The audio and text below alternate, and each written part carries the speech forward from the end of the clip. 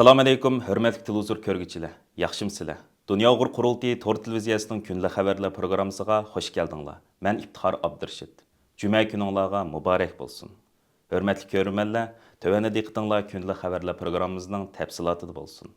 Germaniya Tashqi ishlar ministri Annalena Baerbock xonimning Xitoy raisi Shi Jinpingni diktator deb atashi bilan Germaniya Xitoy munosabatlari jiddiy krizisga duch kelgan va 19-sentabr kuni Xitoy hukumatı Germaniyaning Beijingdagi bosh elchisi Patricia Filorni chaqirtib, Annalena Baerbock xonimning yuqorqi bayoniga qattiq norozilik bildirgan intayin nozik bir paytda 20-sentabr kuni Germaniyaning eng nopuzliq axborot vositalarining biri hisoblangan Germaniya davlat radiosi Germaniya ovozining Xitoy tarafidan bo'lgunchi va zo'ravon terrorist deb atilib kelgan Dünya Uğur Qurultayıning raisi Dolqin Isa Apandim va Xitoyning Sharq Turkistondagi irqiy qirg'inchiligi, lager tuzumi va majburiy emgak tuzumini dunyoga fosh qilish orqali Xitoyning eng zo'r dushmaniga aylangan tadqiqotchi Adrian Zenz Apandim bilan maxsus naq maydon televiziya suhbati o'tkazishi Germaniyadagi har qaysi sohalarning kuchli diqqatini qo'zg'adi. Siyosiy kuzatuvchilar Germaniya Xitoy munosabatlari intayin nozik bir vaqtda turayotganda Germaniya davlat radiosi tarafidan o'tkazilgan bu suhbatning Xitoyga berilgan yana bir diplomatik zarba ekanligini ilgari surishmoqda. Xitoyning irqiy qirg'inchilik va insoniyat qarshi jinoyat yurgizayotgan Sharq Turkistonni qandaqdir sayohat jannatiga aylantirishga tirishayotganligi va bu orqali o'zlarining Uyg'ur va boshqa Turkiya xalqlariga yurgizayotgan jinoyat qilmishlarini aqlashga urinayotganligi, yana shundaqli Shi Jinpingning chet elga qartilgan ijobiy tashviqotni zo'r darajada kuchaytirish degan yo'l yo'riqiga asosan Xitoy hokimiyatining Sharq Turkistonning real vaziyati butunlay burmalangan saxt tashviqotni uzluksiz oshirib kelganligi asos tema qilingan suhbat so'z qilgan Dolqin Isa va Adrian Zenz apandilar xuddi program riyosatchisining bergan yuqorqi izohati deyilgandek Xitoyning o'zining Sharq Turkistondagi jinoiy qilmishlarini yoshirish va aqlash uchun butun razil vositalarning hammasini ishga solayotganligini, bir tarafdan chegara halqan bostirish siyosatini jiddiy yo'l qo'yish orqali chet ellarda yashayotgan Uyg'urlarning ovozini bo'g'ish va ularni turli tahdid va besimlar bilan singdirishga urinsa, yana bir tarafdan o'zi bilan ittifoqdosh bo'lgan davlatlarning elchilarini va jurnalistlarini Sharq Turkistonga ziyorat qildirish orqali ularni Xitoyning Sharq Turkiston siyosatiga madhiya o'qishga undash, yana bir tarafdan xuddi Sharq Turkistonning ishkini chet elga dog'dam yechayotgandek,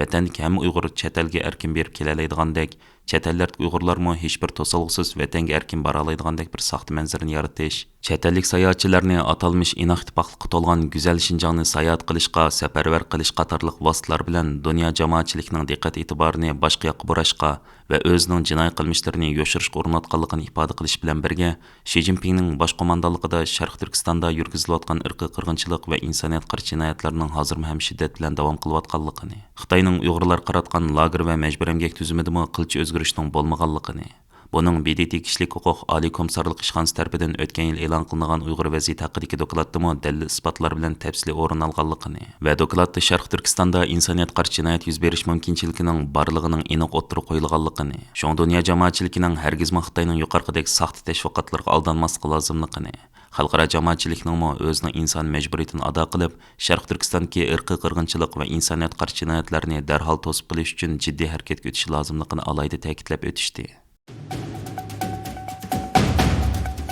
Birleşken Devletler Teşkilatı'nın New York şəhərindəki baş ştabıda içilayotgan 78. növbətlik yıllık umum yığını 19-sentabr gündən 26-sentabrgacha davamlaşadigan bo'lib, Xitoy hukumatiga vakolatan Xitoyning muavin davlat raisi Han Jing mazkur yig'inga qatnashgan va yig'in jarayonida Han Jing BDT bosh kotibi Antonio Guterres va Amerika tashqi ishlar ministri Antony Blinken bilan ayrim-ayrim uchrashgan edi. Xitoy hukumati Uyg'urlarga qarata irqiy qirg'inchilik ilib berayotgan mushundaq bir mezgilda Xitoyning muavin davlat raisi Han Jing boshchiligidagi vakillar o'migining yana yuzini doptaq qilib, BDT'dek muhim bir o'rinda o'zining tashviqotini qilishi va o'zining Sharq Turkistondagi jinoiy qilmishlarini aqlashga urinishi Amerikadagi Uyg'urlarning qattiq g'azabini qo'zg'adi. Bu munosabat bilan 21-sentabr kuni Amerika Uyg'ur birlashmasi Birlashgan Davlatlar Tashkilotining New York shahridagi bosh shtabining oldida namoyish tashkillab, Xitoy hukumatining Uyg'urlar qaratgan qirg'inchiligi va insoniyat qarshi jinoyatlarga la'nat o'qish bilan birga BDT bosh kotibi Antonio Guterres va BDT kishilik huquq oliy komissari Volker Türk'ten hech bo'lmaganda Xitoy amaldorlaridan BDT tarafidan o'tgan yil 31-avgust kuni e'lon qilingan Uyg'ur vaziyati haqidagi dokladning surishtisini qilishini talab qildi. Amerika Uyg'ur birlashmasining raisi Alfidar Ittabir xonimning bevosita riyosatchiligida o'tkazilgan namoyishga Dunyo Uyg'ur Qurultayining muavin raisi va Uyg'ur kishilik huquq qurilishining tadqiqotchisi Zubayra Shamsiddin, Uyg'ur akademiyasining bosh taftishi Dr. Muhammad Demin, Amerikadagi lager şahitlerimizden Tursunay Ziyavuddin ve New York şehrinde yaşayotgan bazı Uyghur qarindoshlarimiz ve Uyg'urlarni qo'llayotgan Tibetlik do'stlarimiz ishtirok qildi. Zübeyre Şemsiddin ve Elfidar Iltabir xonimlar namoyish jarayonida Amerika Ovozi radiosining naq maydon ziyoratini qabul qilganda Xitoyning muavin davlat raisi Han Jingning dal mush vaqtda BDT yig'inida nutq so'zlab, Xitoyning sapsatisini bozorga selayotganligini, irqiy qirg'inchilik uchrayotgan Uyg'ur xalqining ovozini anglatish uchun o'zlarining BDT binosi oldida bu namoyishni elib berayotganligini ta'kidlash bilan birga, chet ellardagi Uyg'urlarning ota-onalarining hozirmi turmalarda va jazo lagerlarida azob chekayotganligini, ularning majburiy emgakka silinayotganligini eskartib o'tdi. Va biz BDTga va butun dunyo xalqiga shuni deymizki, Xitoyning Sharq Turkistonda elib berayotgan irqiy qirg'inchiligining javobgarligi cho'qim surishtirilishi lozim. Irqiy qirg'inchilik va insoniyat qarshi jinoyat elib berayotgan Xitoydagi bir davlatning vakilining BDTda fikr bayon qilish salohiyati yo'q. Xitoy vakilining qilch tap tortmay BDTda nutq so'zlashi biz uchun nihoyat og'ir bir masala. BDT hargizmi Xitoyga o'zini oqlash uchun fursat yaratib bermasligi lozim deb ko'rsatdi. Namoyish oxirida muhojiratga Uyg'ur qarindoshlarimizga xitoban so'z qilgan Zübeyre Şemsiddin xonim mundaq deb ko'rsatdi. Ama bizga qilinayotgan qirg'inchilik qanday sanlar qo'rqinchli.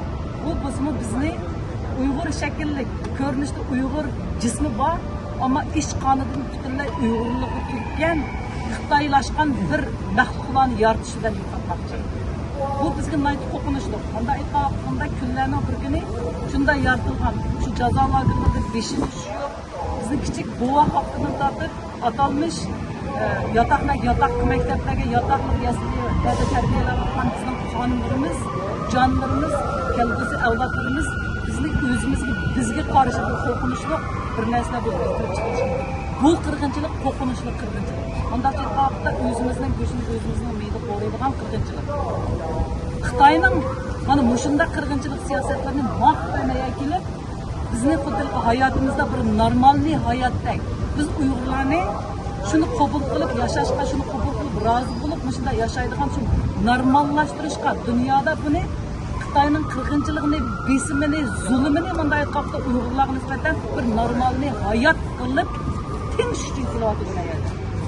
Shuning uchun bizning shunday yerlarda bo'lishimiz, Xitoyning shunday razil siyosati, razil qirg'inchiligi bizni yo'qotganda jon-jonimizni, qon-qonimizni, o'zimizning go'shini o'zimizning meyda qo'raydigan, shunday qo'rqinchli kelgusi planlarni bitchit qilish uchun biz tik turishimiz kerak.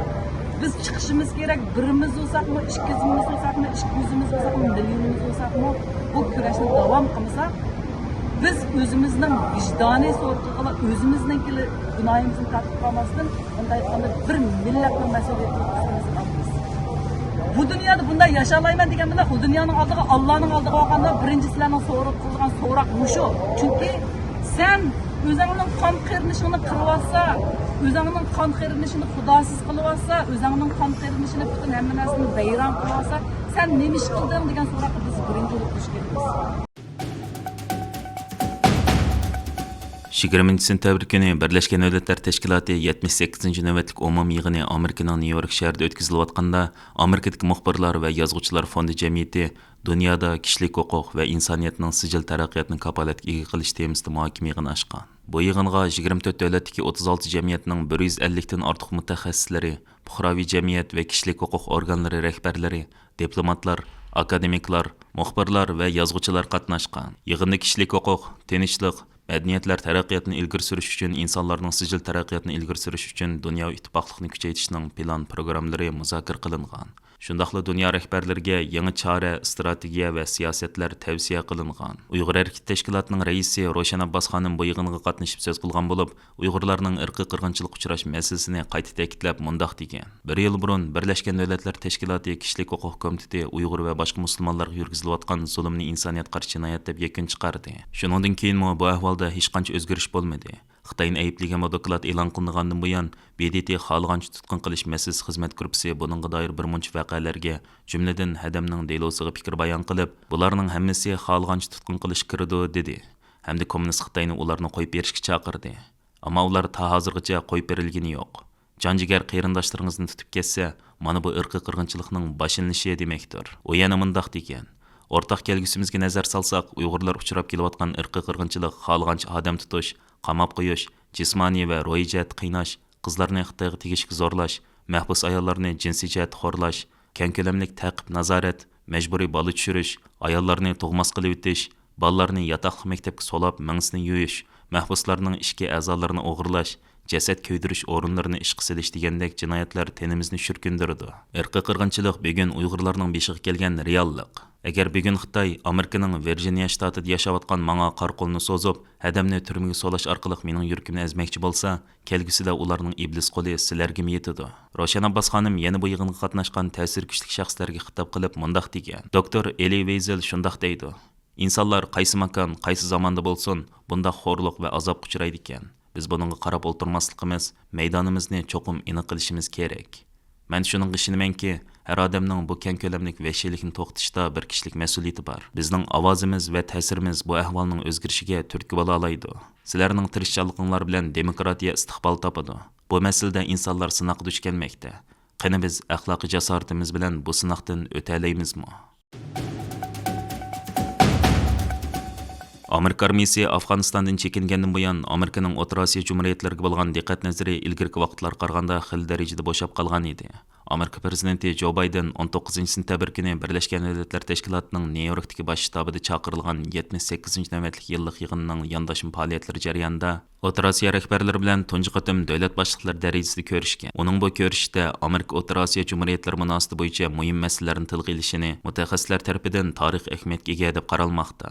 Aqsaray torbitining 2023 yili 19-sentabrdagi maxsus xabarida Prezident Jo Bayden Qozog'iston, O'zbekiston, Tojikiston, Qirg'iziston va Turkmaniston rahbarlari bilan ko'rishgan. Bu uchrashishda Prezident Jo Bayden mundaq degan: "Meningcha bu tarixiy bir payt. Biz O'rta Osiyo bilan uzundan buyon qo'yiq hamkorlik barpo qildik. Bizning hamkorligimiz O'rta Osiyo jumhuriyatlarining egalik huquqi, mustaqilligi, zamin butunligining qo'g'dilishi uchun bergan va'damiz va prinsiplar asosida taraqqiy qildi. Meningcha, bu prinsiplar hozir ilgirki har qanday vaqtdagidan bek muhim. Bugun biz hamkorligimizni yangi pallaga ko'tardik." Aqsaroyning mazkur xabarida Amerika prezidenti Jo Bayden yana mundaq degan: "Amerika O'rta Osiyodagi xavfsizlik mablag'ini ko'paytirdi. Amerika xususiy shirkatlarining O'rta Osiyo rayonidagi mablag' silish ishlari va savdo tijoratini qo'llaydi. Rayonda yangi tipdagi xalqliq kon mahsulotlarining ichilishiga zo'r ahamiyat berdi. Amerika bilan O'rta Osiyo davlatlari o'rtasidagi C5+1 shaklidagi uchrashish 2015-yilda boshlangan. Ammo 19-sentabr kunidagi yig'in Amerika prezidentining O'rta Osiyo davlatlari rahbarlari bilan tunji qatim ko'rishi bo'lib hisoblanadi ekan. Amerika prezidenti Jo Bayden bu qatim yig'inning oxirida yaqin tarixda O'rta Osiyo jumhuriyatlarini ziyorat qilish orzusining borligini aytgan. Növbətdə Janvada çağırılıbatqan BDT Kişilik Hüquq Kengashining 54-ci qatımlıq yığınida Amerika vəkili Xitayning davlat halqan bastırışını ayıpladı. Amerika vəkili yığında qılğan sözüdə mundaq deb ko'rsatdi: "Xitoy Xalq Cumhuriyati o'zining chegarasidan halqib shaxslarni tutqun qilmoqda. yoki hukumatlarni bu shaxslarni Xitoy qaytarib berishga majburlamoqda. Davlat halqigan bostirish vositasi bo'lgan bu uslub insonlarning kishilik huquqi va bir davlatning egilik huquqi uchun ilib aytganda cho'nqir andish paydo qiladigan ahvol. Amerikalik vakil so'zda yana Xitoyning kishilik huquq advokatlari etnik asonliklar va boshqalarning davlat halqigan bostirishining ziyniga uchrayotganligini, Xitoyga majburiy qaytarib kelingan kishilarning g'oyib qilinganligini eskartdi. Yig'indagi Xitoy vakili Amerika vakilining so'zini darhol rad qilib, Xitoyning majburiy g'oyib qilib o'tishga qarshi ekanligi va Xitoyning qonun bilan idora qilingan bir davlat ekanligini ilgari surdi. Va biz Amerikaning bu so'zlarga qat'iy qarshi turamiz deb chalvoqidi. Xitoy hukumatining davlat halqigan bostirishi Amerikadagi davlat majlisi a'zolari kuchli diqqat qiladigan bir masalaga aylanmoqda. BDT'ning 78. navbatlik umum yig'ini Nyu-York shahrida davomlashayotganda 20 sentabr kuni Amerikadagi Uyg'ur tadqiqot markazining direktori, Dunyo Uyg'ur qurultayining Amerika vakili Abdukim Idris Apandi dunyodagi musulmon sarxillari va diplomatlarning yillik uchrashish yig'ini bo'lgan Concordia munbiriga qatnashib, musulmon davlatlarning diplomatlari bilan Uyg'urlar uchrayotgan bostirish va uning taqobil turish haqida suhbatlashgan. Suhbat davomida ba'zi Afrika davlatlari diplomatlari Uyg'urlar qurgan 2 navbatlik Sharq Turkiston Jumhuriyati haqidagi bu uchurning muhim ekanligini, Uyg'urlarning aslida mustaqil bir davlat ekanligini ko'p ellarning bilmaydiganligini aytgan. Abdukim Idris Apandining bildirishicha, bu yig'inda Amerika xalqaro diniy erkinlik elchisi Rashad Hussein Uyg'urlar uchrayotgan irqiy qirg'inchilikning bugungi musulmonlar uchrayotgan eng og'ir ziyonkashliklardan biri ekanligini aytgan. Abdukim Idris Apandining bildirishicha, u 20 sentabr kuni yana Amerika, Germaniya, Fransiya, Gollandiya qatorliq davlatlarning diplomatlari bilan ko'rishib suhbatlashganda, ularga Amerikaning emas, Yevropadagi barliq davlatlarning Xitoyga besim qilib, irqiy qirg'inchilik jinoyatini to'xtatishga tirishchanlik ko'rsatishi, Xitoydagi elchilarni ishqa silib Xitoyga gap qilib turishni iltimos qilgan. U yana BDT kishilik huquq oliy komissarlik ishxonasi xodimlari bilan ko'rishgandimi, bu masalaga sal qarmaslikni aytgan. Hurmatli ko'rmanlar, Yuqorida diqqətinizə günlük xəbərlər proqramımızın təfsilatını sunduq. Keyin qitimliq sanımızgacha ko'rishkicha amon bo'lgaysizlar. Stansiyamızın YouTube kanalına əza bo'lishni unutmang. Xeyr xoş.